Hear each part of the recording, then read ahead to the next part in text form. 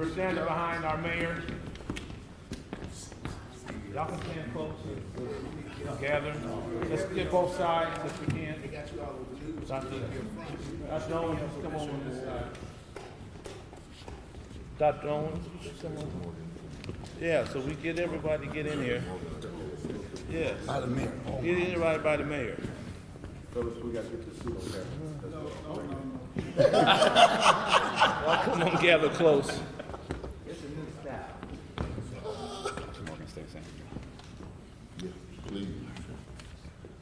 Good afternoon. Thank you for gathering here today.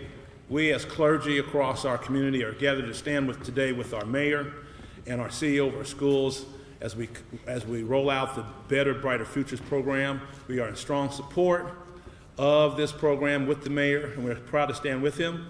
We as clergy are here, the president of the United Pastors Mission, Bishop Larry Macon. We also have Dr. A.L. Owens, who's president of Koinonia. We have the former president of the Baptist Ministers Conference, Dr. Leonard T. King. We also have Reverend Norris here, who's of the Cleveland Clergy Alliance, and I'm here, Pastor Aaron Phillips of the Cleveland Clergy Coalition. And we have many other pastors here and leaders to stand in support and always with our mayor. The clergy has had the support of our mayor since his first term, and he absolutely has our support in his next term. Let me now present to you, isn't that good? All right, let me now present to you Dr. Morgan, the CEO of our schools. Thank you, Reverend Phillips, and thank you to Mayor Bibb, who I know we'll be hearing from in a moment, and Dr. Matthews. I know we're in your wonderful house, and all the faith leaders that are here today. As many of you know, last night I shared the recommendations for our Building Brighter Futures plan, which is a plan to ensure that every kid in every neighborhood has access to a high-quality education, no matter where they live, no matter their background, no matter what school they attend.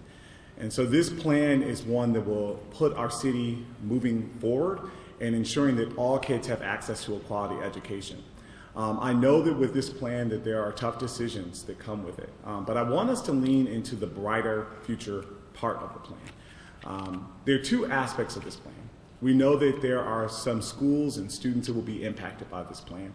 But there are a couple of things I want to tell those families and students that are impacted by this plan, or the recommendation, should the board vote on it. One is that every student that is impacted in this plan, 100% of them will have an option to attend a school that has more or equal academic, extracurricular, sports, and student support opportunities. That's something we can't deliver on right now. 96% of them will attend an equal or greater star-rated school, so they're moving to a higher performing school. 95% of them will be attending a school that is either equal or greater in building condition. That's something we can't deliver on today. And this plan saves us at least $30 million a year. And when you think of that cumulatively over 3 years, that's $90 million towards roughly around $150 million of savings. So it's an efficient plan, a better footprint with better schools. Now, even for students who are not impacted by this plan, if your school is not merging or moving, this will improve our entire system by ensuring that every high school will have access to college credit and career opportunities. Every elementary school will have at least one enrichment course, like Algebra 1, foreign language, CTE programs that will actually be in all of our elementary schools. Pre-K in all of our schools, but 2 in this plan.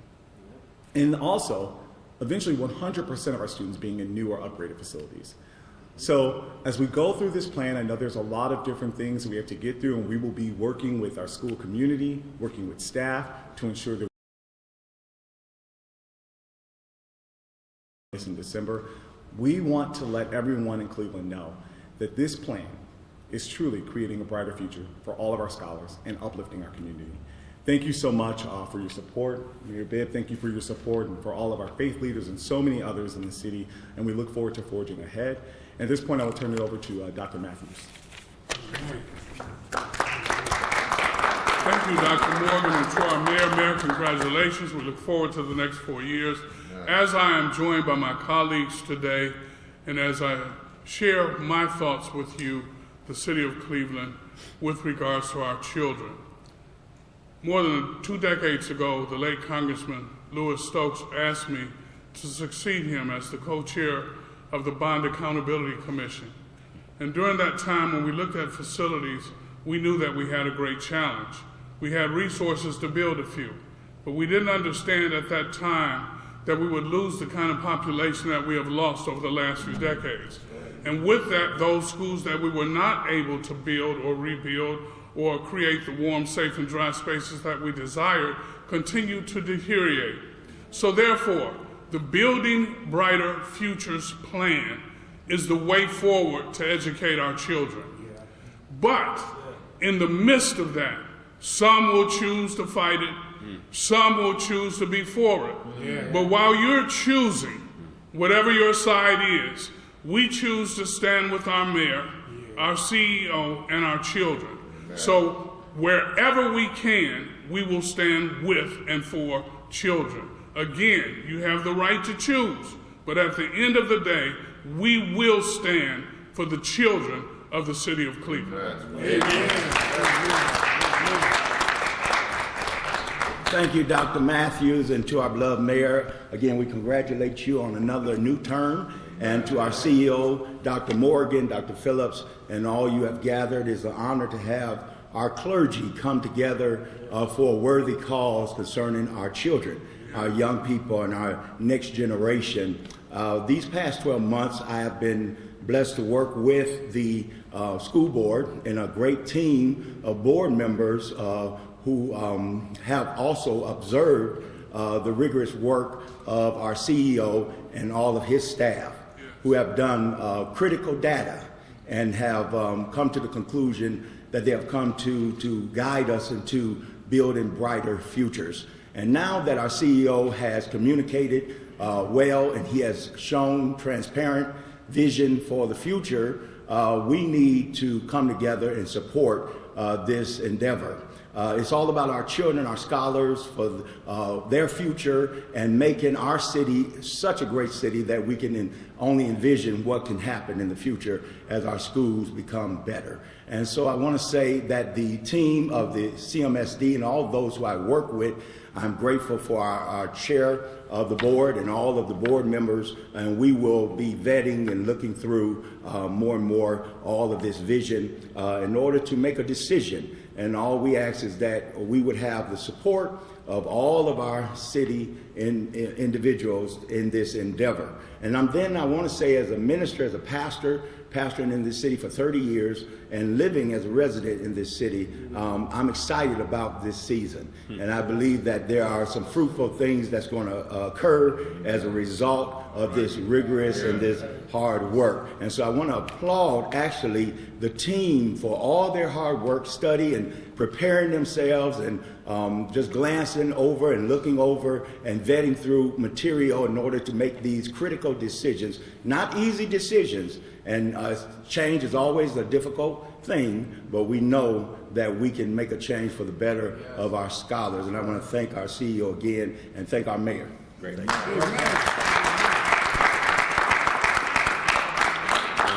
Well, first, I want to just thank Dr. Morgan and the board for their leadership over the last several years.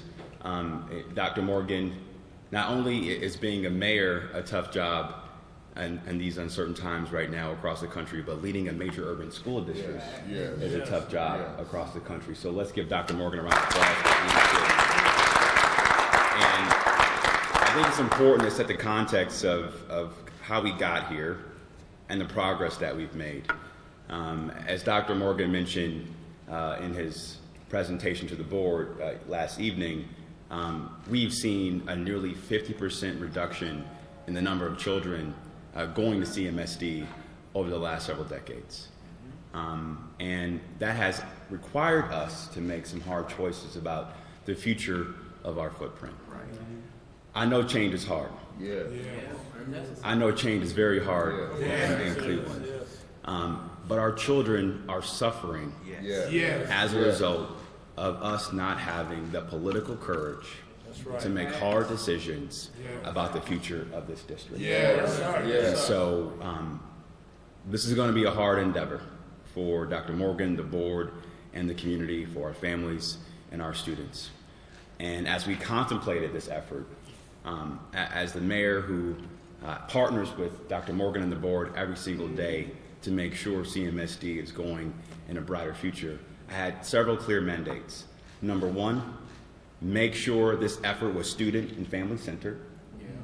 Number two, as we contemplate these mergers, it's imperative that our students are going to better buildings, but also better buildings offering a higher quality education inside those.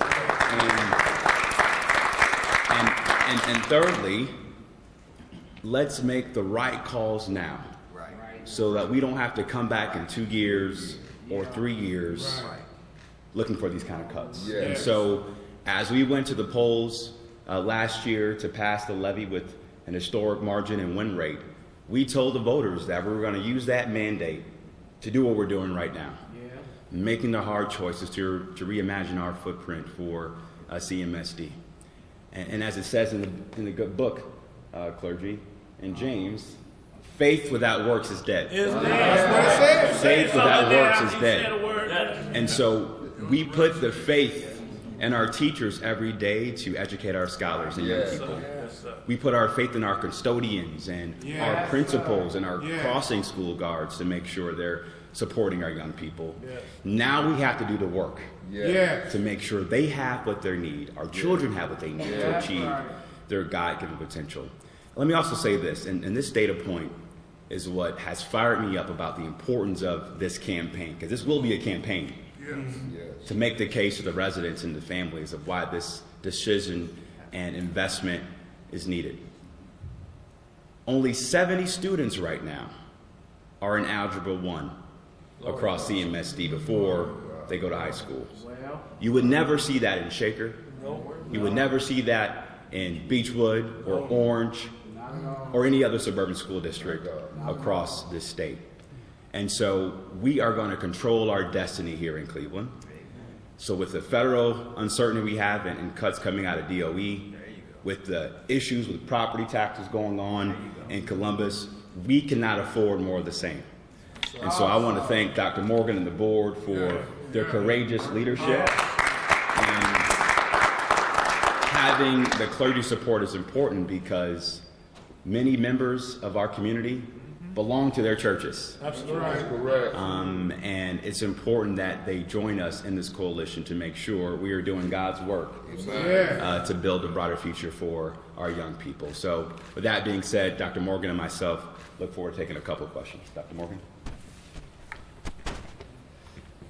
Harry? Yeah. Thank you. Appreciate it. Each of you, and those that have spoken, have talked a little bit about those that may not agree with this plan.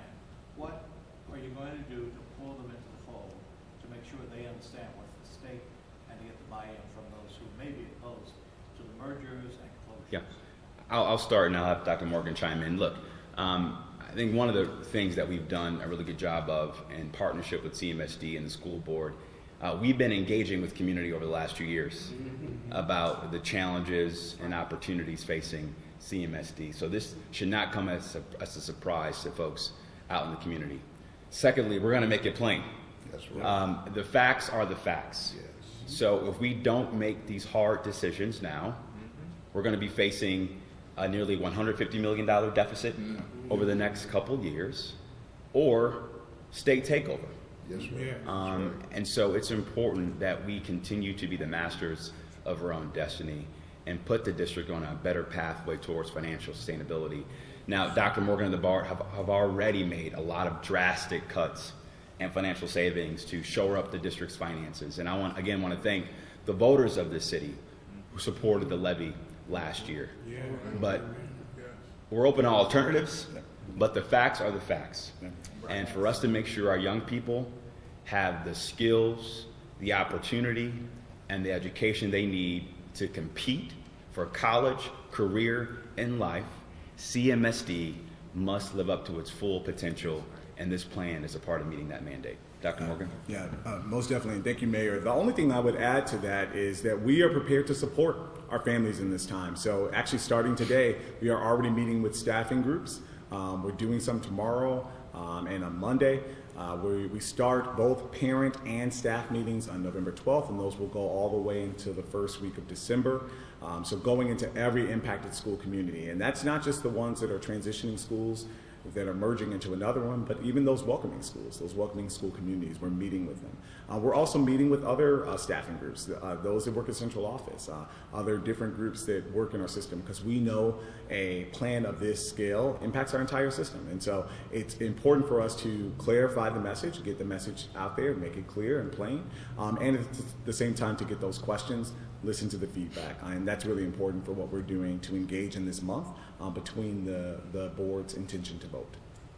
Ramiro, Dr. Morgan, a question about the schools that you'll be taking offline. What's your plan then for what to do with those properties? As I understand it, you'd have to offer them to charters first, right, before you maybe sold them to a developer or something like that? Well, we see this as a unique opportunity at City Hall to make sure we're working in tandem with the district to reimagine what those schools and assets can be. For example, we have a new high school in the southeast side with JFK, and we partner with the district to redevelop the old JFK school site. So over the next couple of weeks, you'll see a plan be announced from my administration in partnership with CMSD, outlining our vision for those old school sites to ensure they're integrated to a broader community development strategy for those respective neighborhoods. Anyone add to that? Yeah, no, just that we're working really closely with our city and city partners to reimagine building reuse. And building reuse is both thinking about how we invest in the communities, as well as thinking about some properties that will still be within CMSD and how they could be repurposed for the system. And following on that, do you have any concerns or belief that you're going to see a decline in enrollment because of this, with families saying, my neighborhood school's gone, I'm going to go somewhere else? Yes, so a couple of things, and I've shared this. Our market share of families choosing CMSD over the past 5-6 years has been consistent. So families are choosing our system. Our decline in enrollment is largely due to birth rates. But also, I say right now, with Building Brighter Futures and the academic promise that we're proposing, 100% of high schools having college and career opportunities, 100% of our elementary schools now having enrichment courses. Not only do we have a richer system for our scholars that we have, I say attract more families into our system because we're offering it and we have room. Mr. Mayor, we've heard concerns from some residents about particularly the high schoolers merging into new buildings and sites, particularly when it comes to Collinwood and Glenville. Just talking about the rivalry, violence that already exists, and things happening in the neighborhood. Are you confident there's going to be a safety plan in place to navigate some of this mergers that are taking place? Safety was a key principle that we used to really reimagine how we thought about the footprint. Since my second year in office, we've been meeting quarterly, I believe, with Dr. Morgan, his command staff at the police department at CMSD, my command staff with the Cleveland Police Department, as well as other key stakeholders like RTA as well too. And so at the forefront, we've been looking at what are the safety considerations as we contemplate these mergers across our footprint at CMSD. And I'm confident, given the work that Dr. Morgan and his leadership team have conducted, that those things have been taken into consideration, and we'll be meeting with those families who have issues or concerns as we contemplate this new plan for the district.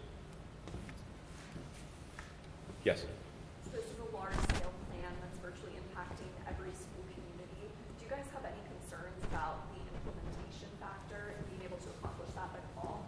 Yeah, implementation is key. And one of the things I heard in this fall engagement was, why don't we know? Why is it taking so long? And it's because it's a big plan with a lot of details. And, you know, we're calling it Building Brighter Futures, and we want it to be a brighter future by making sure we have a plan. And so there's a lot of work that goes into it. There's a lot of work that went into it thus far.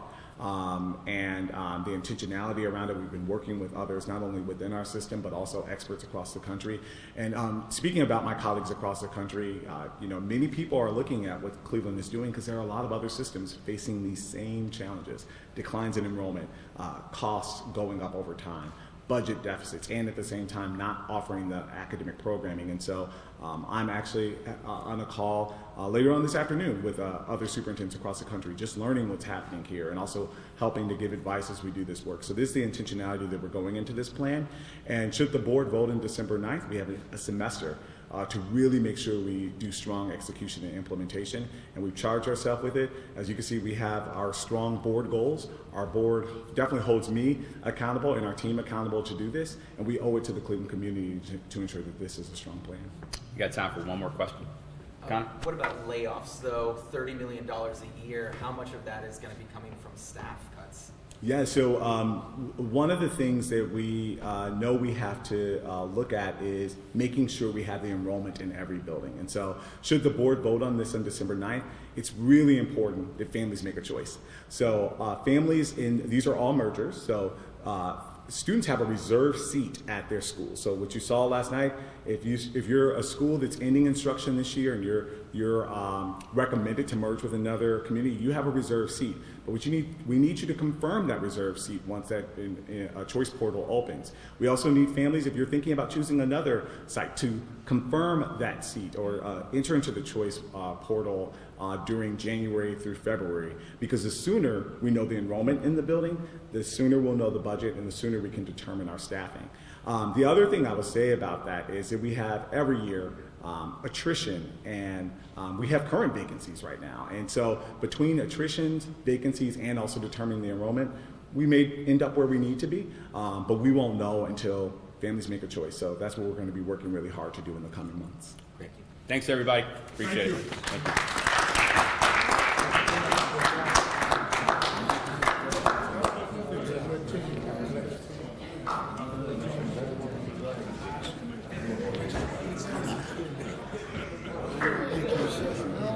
Thank you. I think it's so time.